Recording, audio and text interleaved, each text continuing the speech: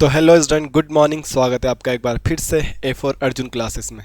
तो last time पे हम पढ़ रहे थे पॉलिटी, और पॉलिटी में हम मौलिक अधिकार तक कंप्लीट कर चुके हैं। मतलब पॉलिटी का हमने भाग 1 पढ़ लिया था, भाग 2 पढ़ लिया था, भाग 3 पढ़ लिया था। आज हम पॉलिटी का भाग 4 पढ़ेंगे। और भाग 4 में क्या हमारे पास नीति निर्देशक तत्व, राज्य के नीति निर्देशक तत्व।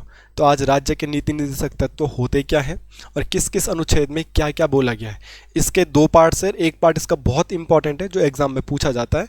बाकी कुछ आर्टिकल ऐसे नीति निर्देशक तत्वों में जो बहुत एग्जामों में पूछे नहीं जाते हैं, बट फिर भी मैं आपको सारे के सारे लिखा दूंगा बोर्ड पे।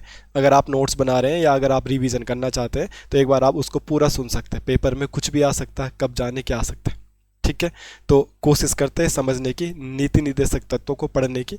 वन लाइनर फैक्ट में वन लाइनर क्वेश्चन है, वन डे एग्जाम में तो डायरेक्ट पूछ लिया जाता है 39 में क्या है, 38 में क्या है, 44 में क्या है। तो इनको जानने की कोशिश करते हैं। तो लास्ट क्लास में हम मौलिक अधिकार तक पढ़ चुके थे। जिन्होंने 3 पार्ट नहीं देखे कॉन्स्टिट्यूशन के, वो आप देखिएगा। आज हम पढ़ते हैं पार्ट 4। पार्ट 4 में हम क्या पढ़ने वाले हैं तो दोस्तों, पार्ट 4 में हम पढ़ने वाले हैं नीति निर्देशक तत्व भाग 4। पहला तो नॉर्मल सा यही क्वेश्चन आता है कि भाग 4 में है क्या भाई, भाग 4 में बातें क्या की गई है। तो भाग 4 में आपके पास क्या है, राज्य के नीति निर्देशक तत्वों के बारे में भाग 4 में है। और राज्य के नीति निर्देशक तत्व जो है वो अनुच्छेद कहाँ से कहाँ तक है, अनुच्छेद 36 से लेकर अनुच्छेद 51 तक है। तो आज हम यही 36 से लेकर 51 तक अनुच्छेदों को याद करने की कोशिश करेंगे। सबसे पहला पॉइंट ये आता है कि भारतीय संविधान में नीति निर्देशक तत्व कहाँ से लिया गया है।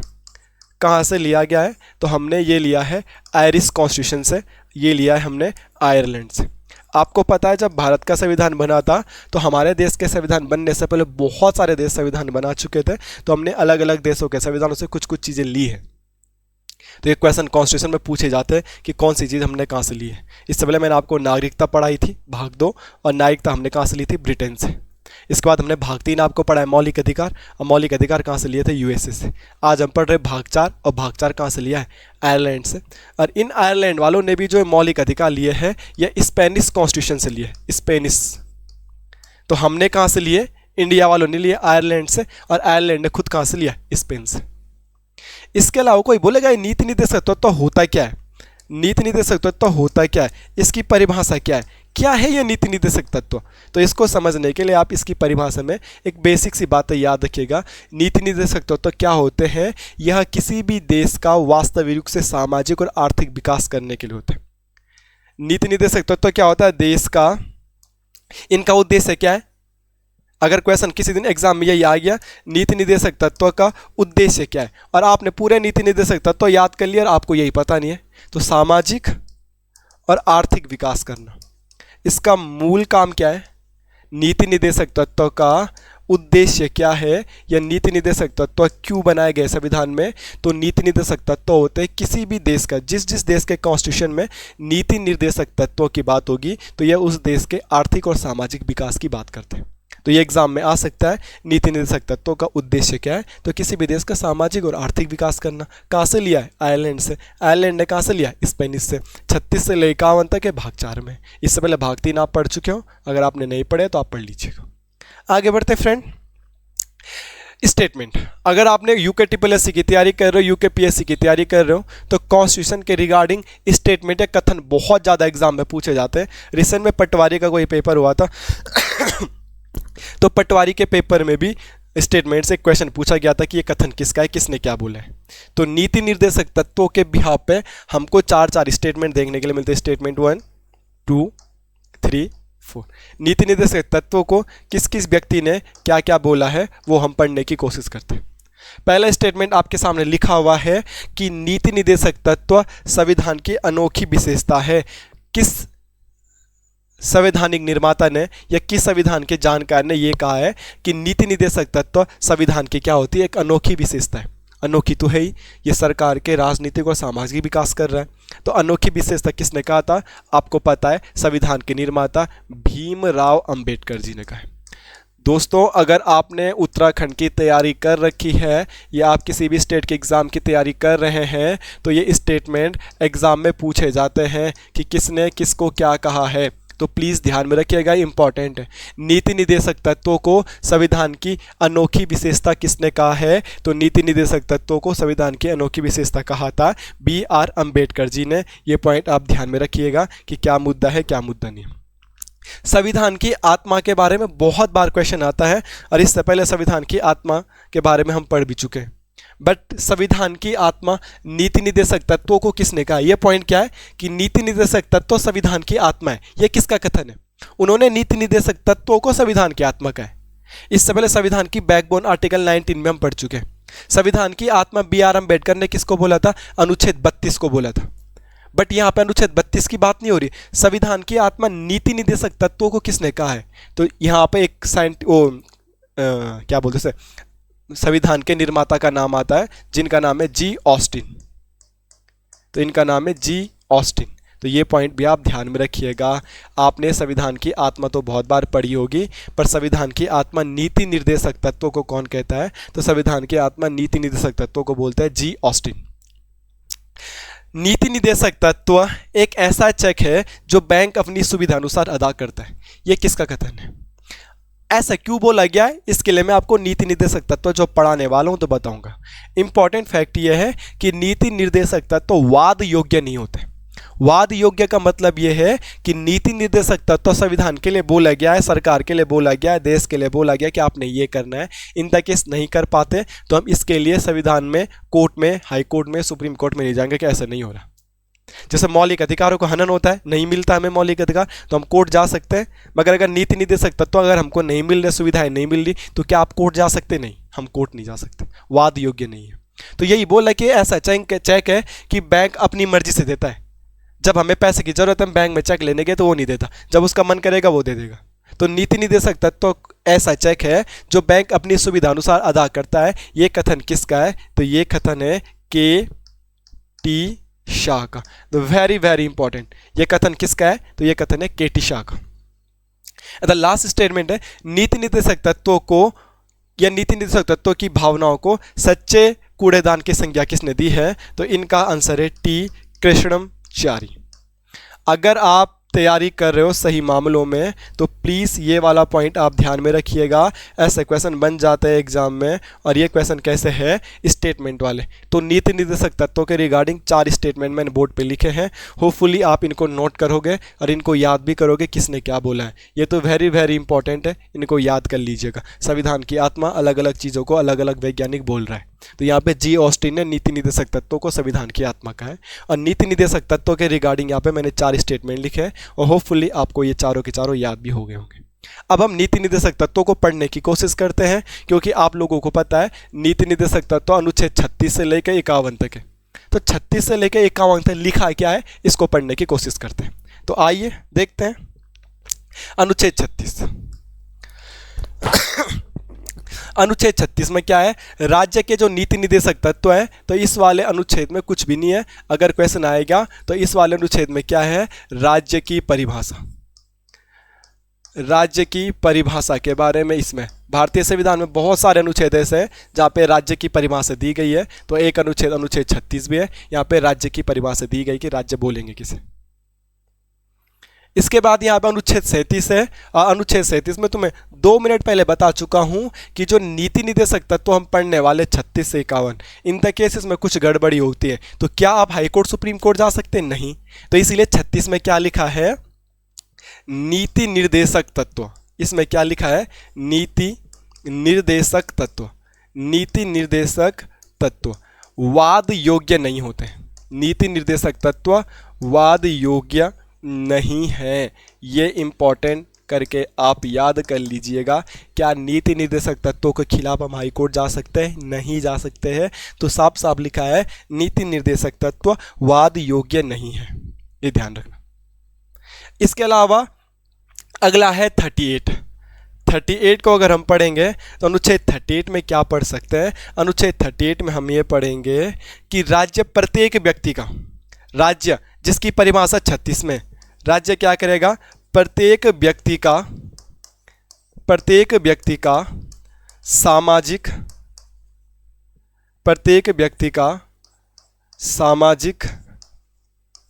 आर्थिक, यह प्रत्येक व्यक्ति को सामाजिक, आर्थिक और राजनीतिक न्याय दिलाएगा। राजनीतिक न्याय। तो भारत में जितने भी लोग रह रहे हैं सभी लोगों को सामाजिक रूप से, आर्थिक रूप से, राजनीतिक रूप से न्याय मिलेगा। किसी के साथ भेदभाव नहीं होगा इन क्षेत्रों में, इन फील्डों में। तो ये सबके लिए बराबर रूल बनाएगा, अनुच्छेद 38 कहता है। ये पॉइंट आप ध्यान में रखिएगा। कैसा कैसा कैसा कैसा। इसके अलावा थोड़ा डीप क्वेश्चन बनेगा तो ये क्वेश्चन बन सकता है 38 का बी आया था और 38 का बी संविधान में कब जोड़ा गया। संविधान में कोई भी चीज़ जब ऐड की जाती है या रिमूव की जाती है सबको पता है संशोधन करना पड़ता है। तो 38 का बी जोड़ा गया था 44 कॉन्स्टिट्यूशन अमेंडमेंट, संविधान संशोधन 1978 में। बहुत बार पूछा जाता है और बहुत बार पूछा जाएगा 38 का बी कब जोड़ा गया था। 44 कॉन्स्टिट्यूशन अमेंडमेंट 1978 में। और इस 1978 में क्या बोला गया था, राज्य आपसी असमानता को दूर करेगा। राज्य प्रत्येक व्यक्ति में आपसी असमानता को, राज्य प्रत्येक व्यक्ति में असमानता को दूर करेगा। ये राज्य के काम हैं। आपसी असमानता को दूर करने के मतलब सबको इक्वल करने की कोशिश करेगा।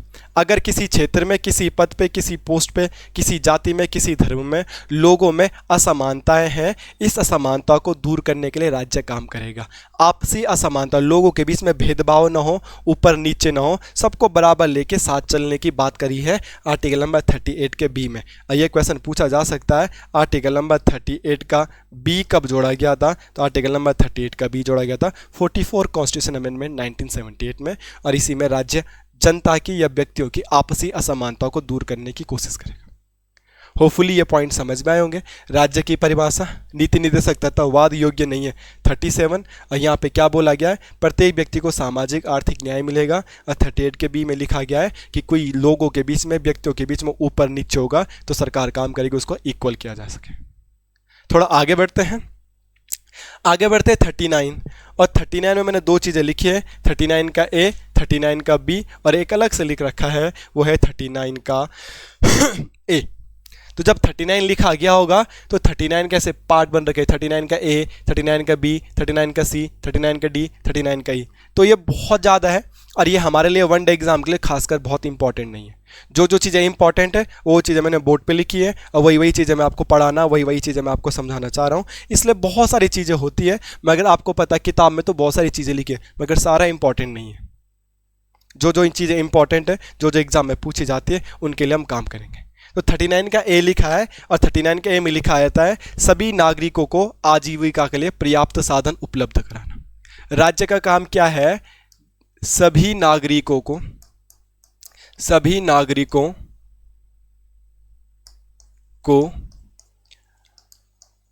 आजीविका के समान अवसर उपलब्ध कराना।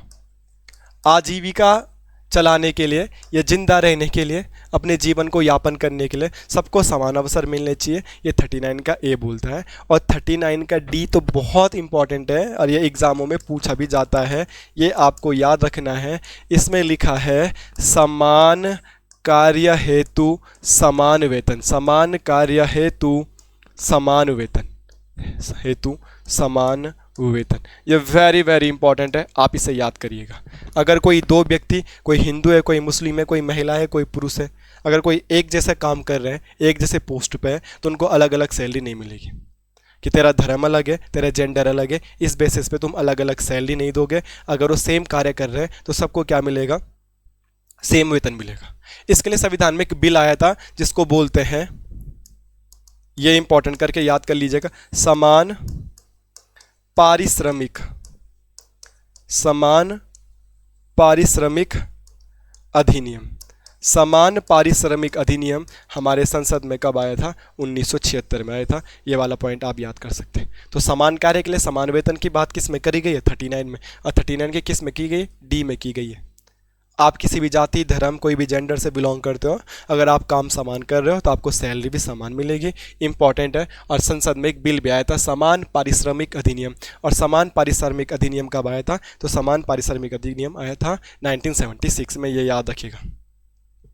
इसके अलावा 39 का ए, ये ऑलरेडी एग्जाम में पूछा जा चुका है, इसमें भी समानता की बात है और समान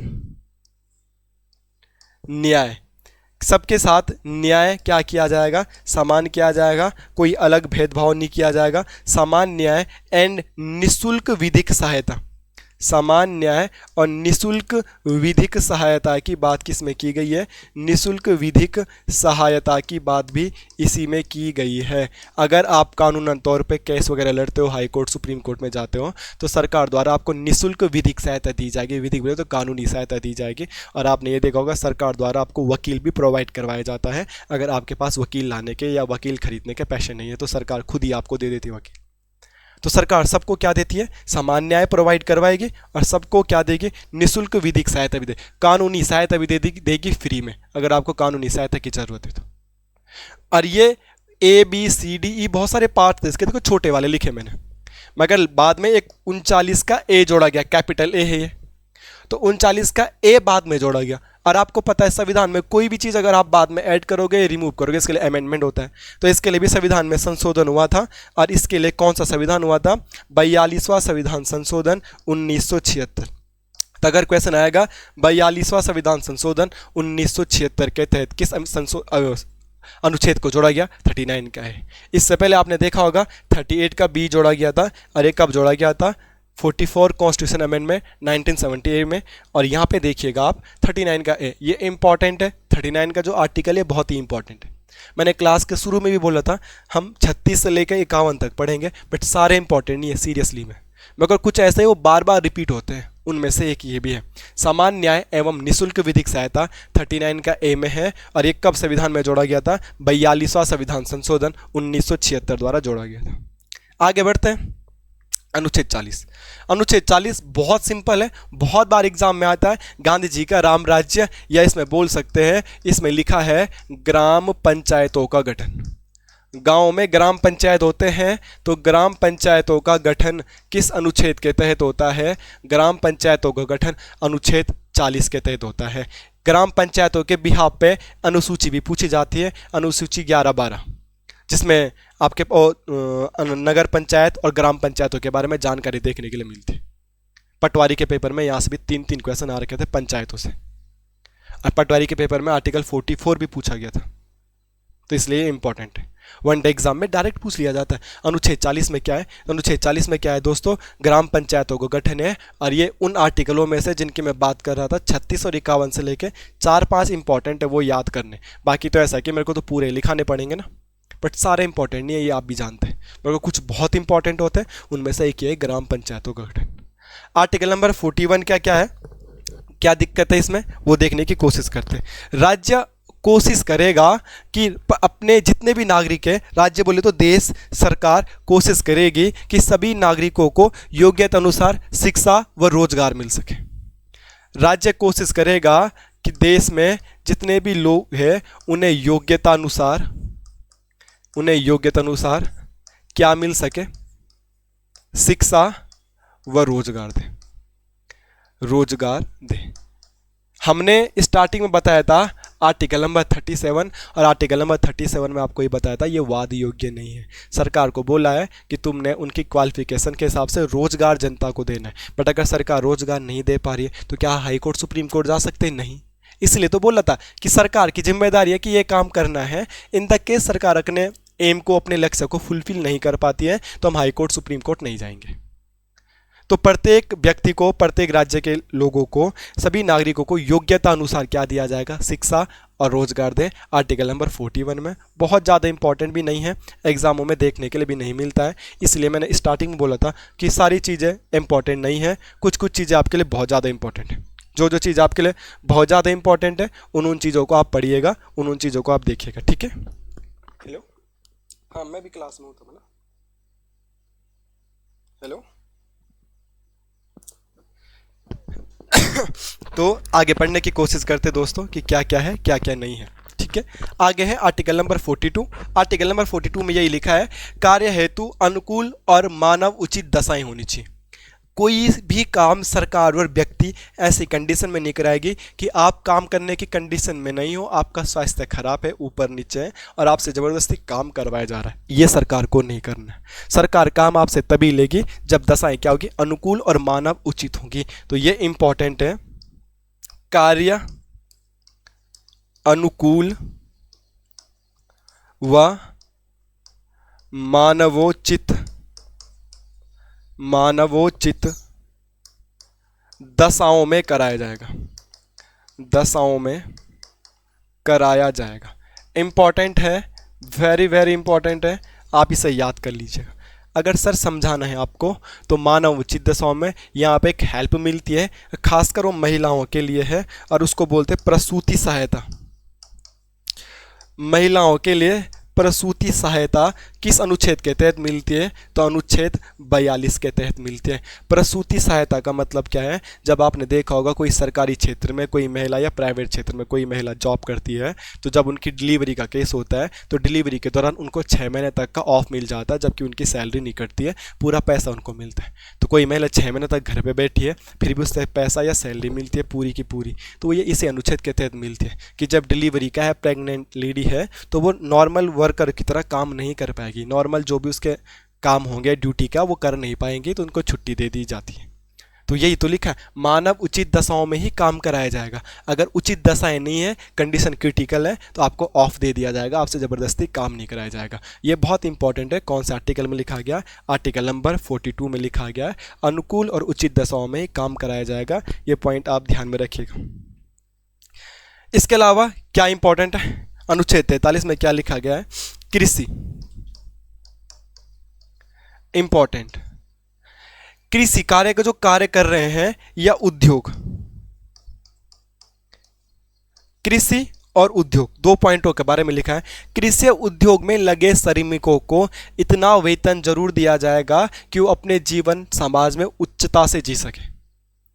मतलब कोई व्यक्ति कृषि का काम कर रहा है तो ऐसा नहीं कि उसको इतना सैलरी इतना कम दे दो कि तुम वो अपना जीवन यापन ना कर पाए, कि किसान जी ना पाए सामने खुल के। या कोई उद्योग धंधों में लगा हुआ है, छोटे मोटे उद्योगों में काम कर रहा है, जिसमें मेनली कुटीर उद्योग है, अभी मैं लिखाऊंगा भी आगे, तो उनको इतना वेतन इतना पैसा तो जीना है कि वो अपने जीवन का स्तर बढ़ा सके। तो इनमें क्या लिखा है, कृषि और उद्योगों में लगे, कृषि और उद्योगों में लगे श्रमिकों को, कृषि और उद्योगों में लगे श्रमिकों को यथोचित वेतन मिले। मतलब कोई कृषि का काम कर रहा है या किसी उद्योग धंधों में मजदूरी का काम कर रहा है, तो उसको इतना वेतन तो मिले कि समाज में वो एक जीवन पे जी सके। इसलिए तुमने देखा होगा बहुत सारे बच्चे ऐसे होंगे प्राइवेट जॉब करने चाहते हैं कंपनी फैक्ट्रियों में, दिल्ली जैसे शहरों में, तो वहाँ पे आपने 10-12 पास जितना भी पास किया, आपकी क्वालिफिकेशन सबसे कम क्यों नहीं है, मगर मिनिमम 10 या 12 हज़ार सैलरी तो मिलती है। तो यही लिखा है, ऐसे नहीं कि कोई आपके यहाँ काम करने के लिए आ रहा है उसे 2000-3000 दे रहे हो, 2000-3000 में कैसे अपने जीवन यापन करेगा। तो मिनिमम सैलरी तो आपको देनी पड़ेगी। कृषि उद्योगों में लगे श्रमिकों को यथोचित, यथा उचित, जो उचित हो, और कितना उचित, जिससे अपना जीवन यापन कर सके। इसलिए बहुत सारी कंपनियों में, फैक्ट्रियों में, बहुत सारे राज्यों में मिनिमम सैलरी भी होती है कि मिनिमम इतनी तो मिलेगी, बाकी ज़्यादा तो कंपनी अपने उसके काम के अनुसार देगी, पर मिनिमम इतना तो देगी, चाहे आप लेबरिंग का काम ही क्यों ना कर रहे हो। तो ये ध्यान में रखिएगा। इसी के अलावा सरकार ने इसी अनुच्छेद के तहत श्रमिकों को वेतन या श्रमिकों की सैलरी बढ़ाने के लिए एक काम किया था, और वो था मनरेगा। तो अगर क्वेश्चन आएगा मनरेगा की स्टार्ट किस आर्टिकल के तहत हुई है, तो मनरेगा की स्टार्ट भी आर्टिकल 43 के तहत हुआ है, ये भी ध्यान रखिएगा। मनरेगा की जो कार्यक्रम शुरू हुआ था, हम इसे पढ़ेंगे भी आगे जाके। पहले नरेगा था, नरेगा से वो कैसे मनरेगा बना, इसको हम पढ़ेंगे आगे भी। परंतु कह रहेंगे मनरेगा या नरेगा किस आर्टिकल के तहत, किस अनुच्छेद के तहत ओपन हुआ यह कार्यक्रम, तो आर्टिकल नंबर 43 के तहत कार्यक्रम ओपन हुआ है। ध्यान रखिएगा, कोई भी आर्टिकल समझने में या मैं समझाने में कुछ कमी कर रहा हूँ तो आप प्लीज़ कमेंट करके बताइएगा, आपको वो सारी चीज़ें डिटेल में क्लियर करवा दूंगा। ठीक है जी, आगे बढ़ते हैं फ्रेंड। आर्टिकल नंबर 44, अगर आप उत्तराखंड स्टेट से बिलोंग करते हो और उत्तराखंड में अपने रिसेंट में पटवारी का एक एग्जाम हुआ था, पटवारी का पेपर देखा होगा, तो 1 लाइनर क्वेश्चन में आ रखा था, ये बिल्कुल क्वेश्चन आ रखा था 1 लाइनर में, अनुच्छेद 44। और अनुच्छेद 44 में क्या है ये सबको पता होना चाहिए, और इसमें है समान नागरिक संहिता। समान नागरिक संहिता। हम उत्तराखंड में रहते हैं और उत्तराखंड की गवर्नमेंट भी उत्तराखंड में समान नागरिक संहिता लागू करने की फिराक में है, बट अभी तक ऐसे कोई डाटा नहीं आया है कि उत्तराखंड में समान नागरिक संहिता लागू हो गई कि नहीं हुई। अभी भारत के एक ही राज्य में है और समान नागरिक संहिता किस राज्य में? गोवा में है। उत्तराखंड की विधानसभा अध्यक्ष है रितु खंडूड़ी, जो कि कोटद्वार के विधायक है। ये भी रिसेंट में गोवा में भी जा रखे थे और गोवा में स्पीच वगैरह भी दे रहे थे समान नागरिक संहिता पे ही। तो उत्तराखंड शायद से लाइकली चांसेस है कि दूसरा ऐसा राज्य बन जाएगा जहां समान नागरिक संहिता होगी, बट अभी ऐसा कंफर्म हुआ नहीं है ऑफिशियली, बट बातचीत चल रही है कि उत्तराखंड में भी होगा। और रिसेंट में अभी पटवारी का पेपर हुआ था, उसमें भी एक क्वेश्चन डायरेक्ट वन लाइनर में पूछा गया था। इसलिए मैं कह रहा हूँ 36 से लेकर 51 तक आप आर्टिकलों को याद कर लीजिएगा। यह वन लाइनर क्वेश्चन में पूछ लिया जाता कि किस अनुच्छेद में क्या लिखा है। होपफुली आप मेरा कहना सुन रहे होंगे, समझ रहे होंगे और नोट कर रहे होंगे, याद कर रहे होंगे। इसके बाद 44 के बाद एक और आर्टिकल आता है, वो है आर्टिकल नंबर 45। आर्टिकल नंबर 45 में क्या लिखा गया है? एक क्राइटेरिया है एज का, और वो क्राइटेरिया 0 से लेकर 6 वर्ष के बच्चों की देखभाल और शिक्षा का प्रावधान। 0 से 6 वर्ष के बच्चों की शिक्षा और देखभाल। राज्य इनकी शिक्षा के लिए नीति बनाएगा, राज्य इनकी शिक्षा के लिए काम करेगा और देखभाल के लिए काम करेगा। और यहाँ पे एक इम्पॉर्टेंट फैक्ट आएगा जो आपने पढ़ा भी है, आपको सुना भी है, आपको पता भी है कि इसी कार्यक्रम के तहत या इसी अनुच्छेद के तहत एक कार्यक्रम शुरू किया गया है, अब वह है आंगनबाड़ी वाला कॉन्सेप्ट। आंगनबाड़ी, जब आप छोटे छोटे बच्चे रहे होंगे 90s में, जो पैदा हुए होंगे 90, 91, 92, 93, 94, 95 साइड से, तो उस जमाने में ज़्यादा आंगनबाड़ी का कॉन्सेप्ट तो था ही नहीं। ये हमारे मम्मी पापा के टाइम में आंगनबाड़ी का कॉन्सेप्ट था नहीं था। तो इसी अनुच्छेद के तहत अभी वर्तमान में आंगनबाड़ी का कॉन्सेप्ट भी आया है। वर्तमान को 20-25 साल हो गए, पर ध्यान रखेंगे कि आंगनबाड़ी कार्यक्रम किस अनुच्छेद के तहत खोले गए हैं? अनुच्छेद 45 के तहत खोले गए हैं, क्योंकि इसमें बोला गया है सरकार को, राज्य को 0 से 6 वर्ष के बच्चों के लिए शिक्षा और उनकी देखभाल की व्यवस्था करनी है। तो आंगनबाड़ी में दोनों काम होते हैं। तो सिंपल सा है, आप रिलेट करके जोड़ जोड़ के पढ़ोगे तो आपको आराम से याद भी हो जाएगा। उसके बाद अनुच्छेद 46। अनुच्छेद 46 में क्या है? इसमें दुर्बल वर्ग की बात की गई है। दुर्बल मतलब होता है कमजोर वर्ग। कमजोर वर्ग मतलब एससी और एसटी के लिए मेनली बात की गई है कि समाज के जो दुर्बल वर्ग है उनकी शिक्षा और अर्थ संबंधी क्या की जाएगी? रक्षा की जाएगी। तो समाज में जो भी कमजोर वर्ग होगा, समाज में दुर्बल वर्ग या कमजोर वर्ग की शिक्षा व अर्थ बोले तो धन संबंधी क्या की जाएगी? रक्षा की जाएगी।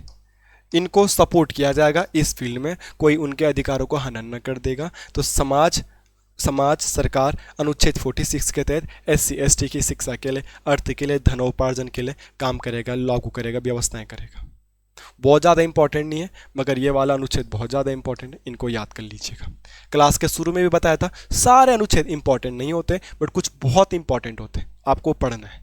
और इंपॉर्टेंट कैसे होते हैं कैसे नहीं होते ये कौन डिसाइड करेगा? भाई किताब में सब लिखे हैं। कुछ किताब में तो बहुत सारी चीज़ें ही नहीं है, पर सारी चीज़ें तो पेपर में नहीं आती, पर कुछ चीज़ें ऐसी वो बार बार पेपर में आती है, और जो चीज़ें बार बार पेपरों में आती इट मीन्स वो इंपॉर्टेंट है। तो मैं आपको बता दे रहा हूँ कि कौन कौन से इंपॉर्टेंट है, कौन कौन आपको याद करना ही करना है, बाकी कुछ कुछ को आप जरूर छोड़ सकते हैं। प्लीज़ आगे बढ़ते दोस्तों। अनुच्छेद 47। अनुच्छेद 47 में क्या लिखा गया है? जीवन स्तर को बढ़ाना, राज्य स्वास्थ्य को सुधारना और नशीले पदार्थों का प्रतिबंधन करना। राज्य ऐसा काम करेगा कि उसकी जो जनता है अपना जीवन स्तर को, अपने जीवन स्तर को बढ़ाना। राज्य ऐसा काम करेगा जीवन स्तर को बढ़ाने के लिए। सरकार जनता अपने जीवन स्तर को बढ़े। जैसे मेरी लाइफ स्टाइल है, इस लाइफ स्टाइल को मैं थोड़ा और आगे, थोड़ा और डेवलप कर सकूँ और स्टैंडर्ड बढ़ा सकूँ। जो थोड़ा यहाँ है उसको यहाँ पहुँच सके, जो यहाँ है वो और ऊपर पहुँच सके। तो सरकार ऐसे काम करेगी जीवन स्तर बढ़ाने के लिए, और इसी में ही है नशीले पदार्थों का प्रतिबंधन। नशीले पदार्थों का, सरकार नशीले पदार्थों पर प्रतिबंध लगाएगी। लगाती तो है नहीं सरकार, पर देखा होगा तुमने, अभी बीच में कुछ दिनों पहले आता था कि स्कूल और कॉलेजों के 500 मीटर के दायरे में कोई भी नशीले पदार्थ नहीं बेचेगा। तो वो इसी अनुच्छेद के तहत रोक लगाई थी उन पर। या एक आबकारी डिपार्टमेंट है भारत सरकार में, अभी तो उत्तराखंड में आबकारी की भर्ती आने वाली, जस्ट एक हफ्ते के बाद तुम्हें जरूर विज्ञप्ति देखने के लिए मिल जाएगी। आज के न्यूज़पेपर में भी आ रखा था। तो उनका काम भी यही है कि शराब के दारू के रेट जो बढ़ा देते हैं या इलीगल दारू या शराब बेची जाती है उनको रोकना। तो नशीले पदार्थों पर प्रतिबंध लगाना, समाज में जनता के लिए जीवन स्तर ऊपर उठा सके ऐसा कार्य करना, ये है इसमें। इसके बाद है अनुच्छेद 48, ये बहुत इंपॉर्टेंट है। 48, 49, 50, 51, आपको ये सारे के सारे याद करने, ये बहुत इंपॉर्टेंट है। अनुच्छेद 48 में क्या लिखा है? कृषि और पशुपालन को आधुनिकीकरण करना। कृषि और पशुपालन का आधुनिकीकरण करना, ये ध्यान में रखिएगा, वेरी वेरी इंपॉर्टेंट है। हम पहले हल वगैरह लगाते थे गाँव में, अब हल लगाने के लिए गाँव में ट्रैक्टर हो गए। पहले गांव में जो गाय वगैरह होती थी, डॉक्टर वगैरह की सुविधा नहीं थी, अब गांव में डॉक्टर वगैरह की सुविधा है। और अभी तो तुमने देखा होगा उत्तराखंड के करंट अफेयर में टोल फ्री नंबर भी जारी हो गया है 1962। और ये 1962 टोल फ्री नंबर है किसके लिए? कि गांव में गाय वगैरह की तबीयत भी खराब हो जाएगी तो सरकार द्वारा गाड़ी आएगी, डॉक्टर आएगी, आपकी गाय पे इंजेक्शन वगैरह तबीयत सही भी कर देगी उसकी। तो मॉडर्न हो रहा है ना, धीरे धीरे बढ़ रहा है। पहले ज़माने में ऐसा था नहीं ना। तो कृषि को और पशुपालन को आधुनिकीकरण करेंगे, इसका डेवलपमेंट करेंगे, क्योंकि भारत एक कृषि प्रधान देश है, इनको पीछे नहीं छोड़ेंगे। इसलिए हमने देखा है कि पहले गांव में खेतीबाड़ी कैसे होती थी, अब सरकार बीज भी देती है, टेक्नोलॉजी होगी, मशीन जांच वाँच हो जाती है कि इस मिट्टी में कौन सी चीज़ें क्या होगी, क्या चीज़ होगी। तो कृषि को और पशुपालन को आधुनिकीकरण, मॉडर्नाइजेशन करना किस अनुच्छेद के तहत? अनुच्छेद 48 के तहत। ये बहुत इंपॉर्टेंट है, ये ध्यान में रखिएगा प्लीज़, ये पेपरों में आ सकता है।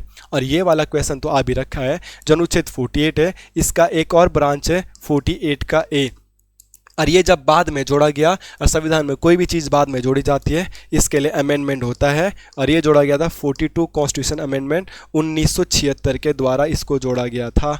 और इसमें जोड़ा गया है तो इसमें लिखा क्या है, ये बहुत इंपॉर्टेंट है। इसमें है वन्य जीव और पर्यावरण की रक्षा करना, ये बहुत इंपॉर्टेंट है। ये एग्ज़ाम में कभी भी पूछा जा सकता है।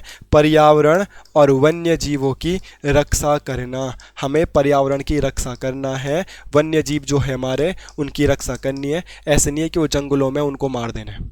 बहुत इंपॉर्टेंट है, मैं सीरियसली मैं कह रहा हूँ, ये एग्ज़ामों में आएंगे फिर आप पछताओगे। तो किस अनुच्छेद में लिखा है कि हमें पर्यावरण और वन्य जीवों की सुरक्षा करनी है? 48 के ए में लिखा गया है। तो 48 में क्या लिखा गया है? हमें अपने देश में कृषि और हमारे देश में जो पशुपालन है उसका मॉडर्नाइजेशन करना है, आधुनिकीकरण करना है, ये लिखा है। बहुत इंपॉर्टेंट है, नीति निर्देशक तत्व, यहाँ से एग्जामों में क्वेश्चन बनते हैं, होपफुली आप याद कर रहे होंगे। आगे बढ़ते हैं 49, अनुच्छेद 49, इससे पहले मैं भी पढ़ा चुका हूँ। इसमें क्या लिखा गया है? ऐतिहासिक स्मारक। इसमें लिखा गया है ऐतिहासिक स्मारक की रक्षा। हमारे जो पुराने मॉन्यूमेंट्स हैं, इतिहास से संबंधित मॉन्यूमेंट्स हैं, उन मॉन्यूमेंट्स की हमें रक्षा करनी है, उनको तोड़ना उजाड़ना नहीं है। ऐसे नहीं कि जैसे लाल किला है, कुतुब मीनार है, ये चीज़ें हैं, ये मुसलमानों ने बनाई है, बहुत पुरानी चीज़ें बनाई तो हम उन्हें तोड़ देंगे। जो चीज़ें पुराने ज़माने की मंदिर है, मस्जिद है, कुछ भी चीज़ें हैं या कोई पुराने मॉन्यूमेंट्स है, स्तंभ लेक है, तो उनको संभाल के रखना है, जो हमें हमारी हिस्ट्री के बारे में बताते हैं। तो पुरानी चीज़ों को, मॉन्यूमेंट्स को, स्मारकों को संभाल के रखना है। प्रत्येक नागरिक की जिम्मेदारी है, दायित्व है, सरकार की जिम्मेदारी दायित्व है कि जो पुराने स्मारक है, स्मारकों की रक्षा करनी है। और स्मारकों की रक्षा करनी है तो कौन से अनुच्छेद के तहत करनी है? अनुच्छेद 49 के तहत करनी है। इसके अलावा है अनुच्छेद 50। अनुच्छेद 50 में क्या लिखा गया है? कार्यपालिका का न्यायपालिका से, कार्यपालिका का न्यायपालिका से पृथक्करण। बहुत इंपॉर्टेंट है। क्या मतलब है इसका? कार्यपालिका जो कार्य करने वाले हैं, न्यायपालिका जो जुडिशरी है, न्याय करने वाले। एक छोटा सा एग्जांपल, पुलिस हमको पकड़ती है और आपको थाने में ले जाती है, तो पुलिस का एसआई है, बड़ा ऑफिसर, खुद ही जज नहीं बन जाता कि हाँ भाई तूने क्यों उल्टे काम किए, तूने क्यों उल्टे काम किया, वहीं पे फैसला सुना दे। बिल्कुल अधिकार नहीं है पुलिस को, या आपको सजा दे दे, पुलिस को अधिकार नहीं है। पुलिस क्या करती है? हमने मौलिक अधिकारों में पढ़ा था, 24 घंटे के अंदर अंदर हमें कहाँ लेके चले जाती है? जज के पास। और फिर जज न्यायपालिका का होता है, तो जज डिसाइड करेगा कि हमें क्या सज़ा मिलेगी और हमें क्या सज़ा नहीं मिलेगी, हमें क्या गुनाह किया है, क्या गुनाह नहीं किया है, ये जज ही डिसाइड करेंगे, ध्यान में रखिएगा। उसके बाद अनुच्छेद 51 है, और अनुच्छेद 51 में है अंतर्राष्ट्रीय शांति। अंतर्राष्ट्रीय शांति व्यवस्था। भारत देश है तो भारत देश किसी भी पड़ोसी देशों के साथ लड़ाई झगड़ा नहीं करेगा, या भारत के जो अध्यक्ष है, राष्ट्रीय अध्यक्ष है, नेता वगैरह है, राष्ट्रपति प्रधानमंत्री है, वो कोई भी ऐसा बयानबाजी न करे जिसमें दुनिया में सौहार्द का माहौल बिगड़ेगा, लड़ाई झगड़ा होगा, बम वगैरह फूटेंगे। लड़ाई भले दो देशों की होगी मगर नुकसान तो पूरे देश दुनिया को झेलना पड़ता है। इसलिए संविधान में लिखा गया है कि देश को या हमको क्या करना है, अंतर्राष्ट्रीय शांति व्यवस्था बनाए रखने के लिए काम करना है। ठीक है, ये ध्यान में रखिएगा। हाँ, इसके अलावा एक और याद कर सकते हो 51 का ए, और इसमें क्या लिखा गया है, फंडामेंटल ड्यूटीज।